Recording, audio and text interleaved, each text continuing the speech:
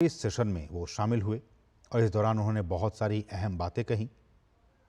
उन्होंने कहा कि तकनीक के सेक्टर में एकाधिकार खत्म करने का उन्होंने आह्वान किया और कहा कि समावेशी समाज की नींव रखने के लिए इसे और भी इनोवेटिव बनाए जाने की ज़रूरत है। प्रधानमंत्री ने इस दौरान ये भी कहा कि भारत आर्टिफिशियल इंटेलिजेंस पर नेशनल स्ट्रैटेजिक पॉलिसी तैयार करने वाले पहले कुछ देशों में से एक रहा है। प्रधानमंत्री G7 समिट के आउटरीच सेशन में शामिल होने के लिए इटली में थे और वहाँ से ये रवानगी की तस्वीर जब वो स्वदेश के लिए रवाना हो रहे थे। और आउटरीच सेशन में बहुत सारी अहम बातें प्रधानमंत्री ने कहीं। उन्होंने कहा कि ग्लोबल साउथ के देश दुनिया भर में अनिश्चितताओं और तनाव का खामियाजा भुगत रहे हैं।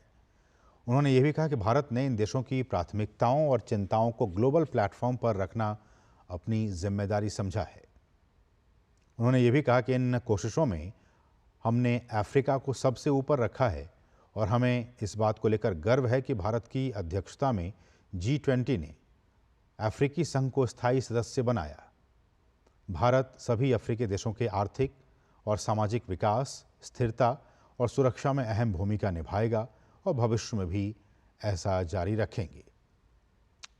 तो बहुत ही महत्वपूर्ण बातें प्रधानमंत्री नरेंद्र मोदी, जो कि G7 शिखर सम्मेलन के आउटरीच सेशन में शामिल होने के लिए इटली में वो गए थे और ये तस्वीरें जब वो स्वदेश के लिए रवाना हो रहे थे।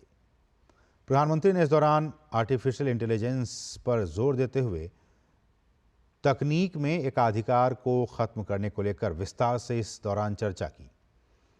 उन्होंने ये भी कहा कि हमें तकनीक को इनोवेटिव बनाना चाहिए, न कि विनाशकारी। तभी हम एक समावेशी समाज की नींव रख पाएंगे।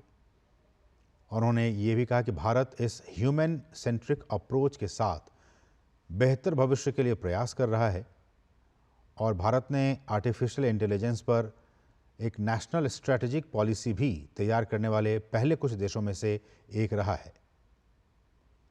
प्रधानमंत्री ने कहा कि इसके आधार पर हमने एक AI मिशन लॉन्च किया है, जिसका मूल मंत्र है AI फॉर ऑल।